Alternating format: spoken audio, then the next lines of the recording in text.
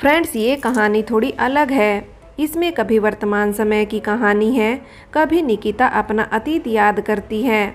अतीत और वर्तमान साथ साथ है कहानी में, तो आपको थोड़ा समझना पड़ेगा कहानी को।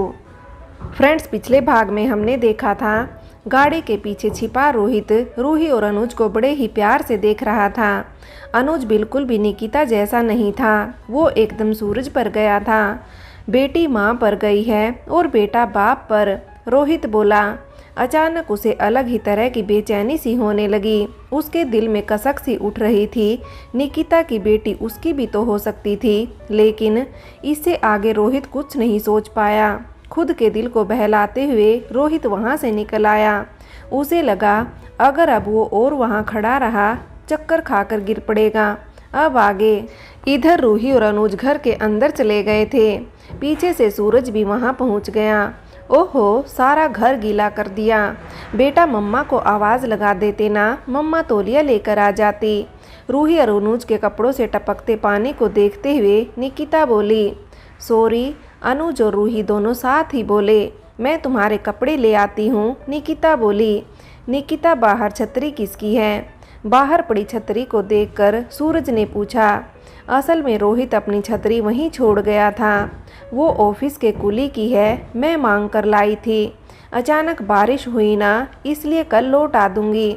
निकिता बड़ी सफाई से झूठ बोल गई। तुम हमेशा अपनी छतरी घर पर भूल जाती हो, फिर या खुद भी कराती हो या ऐसे ही किसी से छतरी ले आती हो। अब ठीक है ना, बार बार एक ही बात सुनाकर मुझे बुरा मत महसूस करवाओ। वैसे भी बारिश कौन सा रोज होती है? निकिता ने बुरा सा मुंह बनाते हुए कहा।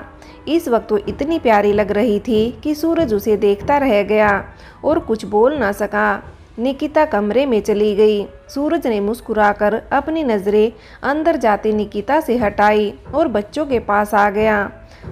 पढ़वा देना मुझे डांट। सूरज घुटने के बल बैठ गया और रूही के गीले बालों से रिबन खोलने लगा। कब? रूही ने हैरानी भरा प्यारा सा चेहरा बनाया। इसको भी कोई डांट कहते हैं पापा, और वैसे भी ये हमारी वजह से नहीं, उस छतरी की वजह से हुआ है। अनुज ने भी बेहद प्यारा सा चेहरा बनाकर आंखें बाहर रखी छतरी की तरफ मटकाते हुए कहा।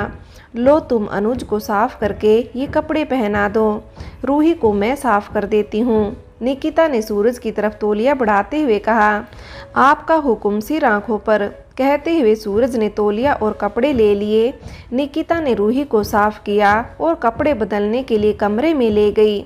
सूरज ने वहीं बाहर बने वॉशरूम में अनुज के कपड़े बदल लिए। उसे सोफे पर बिठाकर वो किचन में घुस गया। एक बार फिर रसोई से बर्तनों की आवाज़ आने लगी। इतनी देर में निकिता और रूही भी बाहर आ गए थे। रूही और अनुज ने आंखों ही आंखों में इशारा किया और टीवी चालू कर दिया। अरे तुम चाय भी बनाने लगे, मैं कर देती हूँ, कहते हुए निकिता रसोई की तरफ ही जा रही थी कि तभी सूरज ने टोका। खबरदार, एक कदम भी आगे बढ़ाया तो कुछ तो बुरा होगा, वो बाद में सोचूंगा, लेकिन तुम अभी चुपचाप बाहर बैठकर टीवी देखो बच्चों के साथ। सूरज ने रसोई से ही मीठी सी धमकी दी। निकिता को उसकी बातों पर हंसी आ गई। सूरज की बात मानते हुए निकिता वहीं सोफे पर बैठ गई। वैसे भी उसे बुखार की वजह से काफ़ी थकान महसूस हो रही थी। सूरज को मेरी तबीयत के बारे में कुछ भी पता नहीं चला, निकिता ने मन ही मन सोचा। उसका ध्यान रसोई में होती बर्तनों की आवाज़ पर गया और वो ख्यालों में डूब गई। रोहित भी तो इसी तरह यहाँ चुपचाप रसोई से आती आवाज़ों को सुन रहा होगा। उसके लिए दिल में क्या एक बार भी तड़प नहीं उठी कि उठकर मेरे पास आए और पीछे से अचानक मेरी कमर में हाथ डालकर मुझे डरा दे, चाय बनाते वक्त मुझसे प्यार भरी बातें करे। निकिता एक के बाद एक ख्याल बुनती चली गई। इतने पास होकर भी हम कितने दूर हैं। उधर रसोई से सूरज ने एक नज़र निकिता पर डाली और वापस अपने काम में लग गया। तुम न बताओ, लाख छुपाओ, पर मैं जानता हूँ तुम्हारी तबीयत कितनी ही खराब हो, तुम जताओगी नहीं, सूरज ने मन ही मन सोचा। रूही और अनुज ने टीवी चालू किया और चैनल पर चैनल बदलने लगे। एक चैनल पर गाने सतरंगी नाम का कोई प्रोग्राम आ रहा था। उस पर एक गीत के कुछ बोल गुनगुनाए जा रहे थे। बेपनाह प्यार है आजा, तेरा इंतज़ार है आजा। आपको बताना है इस मूवी का नाम और बदले में मिलेगा आपको प्यारा सा इनाम, जिसे आप दे सकते हैं अपने चाहने वालों को या वाली को। तो जल्दी से मैसेज में टाइप कीजिए गाने सतरंगी स्पेस मूवी का नाम स्पेस अपना नाम और भेज दीजिए नीचे दिखाए जा रहे नंबर पर। और हाँ, अपने शहर का नाम लिखना बिल्कुल ना भूलें। जब तक आप मूवी का नाम गैस करते हैं तब तक मैं चलाती हूँ बहुत ही प्यारी मूवी का बहुत ही प्यारा गाना। क्यों ज़िंदगी की राह में मजबूर हो गए, इतने हुए करीब कि हम दूर हो गए। ऐसा नहीं कि हमको कोई भी खुशी नहीं, लेकिन ये ज़िंदगी तो कोई ज़िंदगी नहीं। क्यों इसके फैसले हमें मंजूर हो गए, इतने हुए करीब कि हम दूर हो गए। क्यों ज़िंदगी की राह में पाया तुम्हें तो हमको लगा तुमको खो दिया, हम दिल पे रोए और ये दिल हम पे रो दिया। इधर टीवी पर आ रहा गाना था और उधर निकिता एक बार फिर बीते दिनों से लौट रही थी। गाने का एक एक शब्द उसे अपनी ज़िंदगी की तस्वीर दिखा रहा था। वो भी तो कितनी मजबूर थी, ज़िंदगी में खुश भी थी लेकिन ज़िंदगी से खुशी नहीं मिल पाई थी। उसे ज़िंदगी ने जो भी फैसला उसके लिए लिया वो बस मानती चली गई। एक बार भी अगर वो खुद फैसला लेती तो शायद खुद को इतना मजबूर महसूस नहीं करती। गाने की आवाज़ सुन सूरज भी ठिठक गया। गाने के बोल ऐसे थे जैसे किसी ने उसकी ज़िंदगी को देखकर ही ये गाना लिखा हो। गाना क्या लिखा हो, बस उसकी ज़िंदगी को ही उठा कर रख दिया हो। खोया खोया सा सूरज गाने के आखिरी अंतरे पर हंस दिया, अपनी किस्मत या शायद खुद पर। हम दिल पे रोए और ये दिल हम पे रो दिया। निकिता, एक अनजान आवाज़ पर निकिता चौंक उठी। आज कितने दिनों बाद वो एक बार फिर घर से बाहर निकली थी मंदिर आने के लिए। पिछली घटना की टिस अब भी माँ के तानों और लोगों की नज़रों के रूप में उसे चुभती रहती थी। उस पर आज फिर एक अजनबी आवाज़ ने उसकी आत्मा तक को कांपने पर मजबूर कर दिया। अपना नाम सुनकर भी वो पलटी नहीं बल्कि और भी तेजी से मंदिर से घर की तरफ जाने लगी। रुकिए ना, अजनबी आवाज़ भी तेजी से उसकी तरफ बढ़ी। दीदी, किसी ने आपको पुकारा ना? चारू निकिता का हाथ पकड़कर बोली। नहीं तो निकिता क्या मेरा ही नाम है? जाने कितनी ही निकिता होंगी दुनिया में। निकिता चारू को समझा रही थी या खुद को ही भरम दे रही थी, पता नहीं। दुनिया में होंगी बहुत निकिता, लेकिन यहाँ आसपास कम से कम मैं तो किसी निकिता को नहीं जानती सिवाय आपके। चारू रुक कर बोली। चारू चल ना, तू इतनी जल्दी सब भूल गई क्या? निकिता की आंखों में अनजान डर छुपा हुआ था। वो बस एक गलती थी जो किसी ने भी जान कर नहीं की थी। अब तुम क्या जिंदगी भर उसी का रोना रोती रहोगी? चारू एक बार एक ही बात सुनकर उकता चुकी थी। हाँ, रोती रहूँगी, रोना ही लिखा है मेरे भाग्य में, इसलिए अब तू चुपचाप चलेगी या नहीं? चारू अपनी बहन की इस बात का जवाब न दे सकी। वो तो बस अपनी दीदी को पहले की तरह देखना चाहती थी, कुछ भी समझे बगैर, लेकिन नहीं जानती थी अब पहले जैसा कुछ भी नहीं था। दोनों बहनें पीछे मुड़े बगैर घर की तरफ चल दी। उन्हें नहीं जानना था वो अनजान आवाज़ किसकी है और उसने उन्हें पुकारा क्यों है। पीछे खड़ा वो युवक दोनों बहनों को जाते हुए देखता रहा या सिर्फ निकिता को ही देखता रहा। पहनावे और हाव भाव से तो वो इस गांव का तो नहीं लगता था, लेकिन आते जाते लोगों की तरफ यूं मुस्कुराकर देखता मानो सब उसके अपने ही हों। निकिता को उसके नाम से पुकारने वाला युवक कोई और नहीं बल्कि सूरज था। वो निकिता को बहुत पहले से जानता था, तब से जब वो पहली बार इस गांव में आया था। उस वक्त निकिता की शादी नहीं हुई थी। सीधी सादी निकिता साधारण सूट सलवार में भी उतनी ही सुंदर लगती थी जितनी अब इस सफ़ेद साड़ी में, यह ऐसे कहें आज भी उतनी ही सुंदर थी जितनी तब। सिर्फ एक अंतर था, वो अंतर था उसके चेहरे की उदासी। निकिता सूरज को बिल्कुल नहीं जानती थी, न तब और न अब। सूरज कभी सामने आया ही नहीं। जब भी उसने निकिता को देखा दूर से ही देखा। निकिता नाम भी सूरज को ऐसे ही पता चला था जब वो उसे दूर से निहार रहा था और किसी ने उसे निकिता कहकर पुकारा तो वो तुरंत पलटी थी।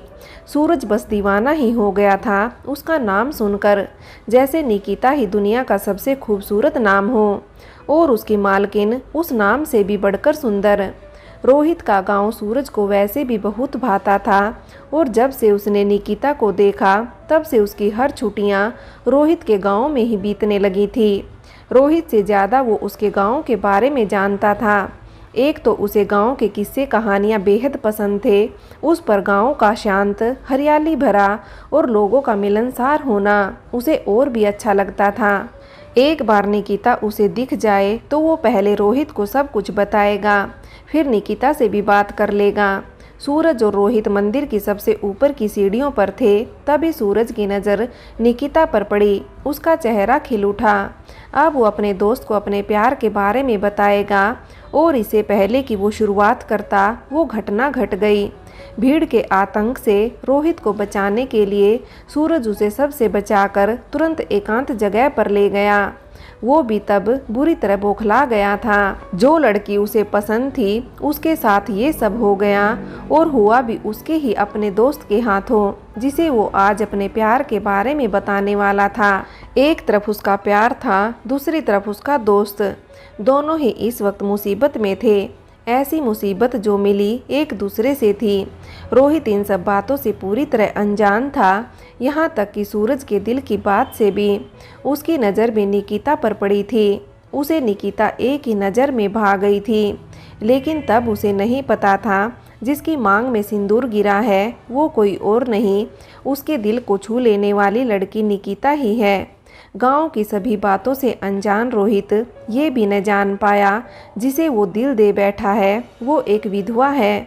जानता भी भला कैसे। उसकी नज़रें निकिता के चेहरे और आंखों पर ही टिकी थी।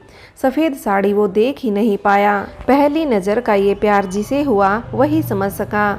बाकी दुनिया के लिए ये सिर्फ कहने सुनने की बात या आकर्षण हो सकता है, लेकिन जिसे हुआ ये उसके दिल की वही जानता है।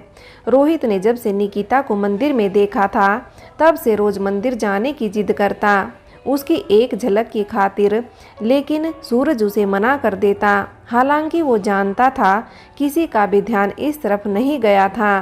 सिंदूर गिरा किसके हाथों से था, सबका ध्यान तो बस उस विधवा पर था जिसके लिए उन्होंने पहले ही खुशी के सारे रास्ते बंद कर दिए थे। और अब एक और बहाना मिल गया था उसके जीवन में दखल देने का। भीड़ में खुसर फुसर तो बहुत हुई थी, लेकिन कुछ ऐसे भी लोग थे जिन्हें निकिता से पूरी सहानुभूति भी थी।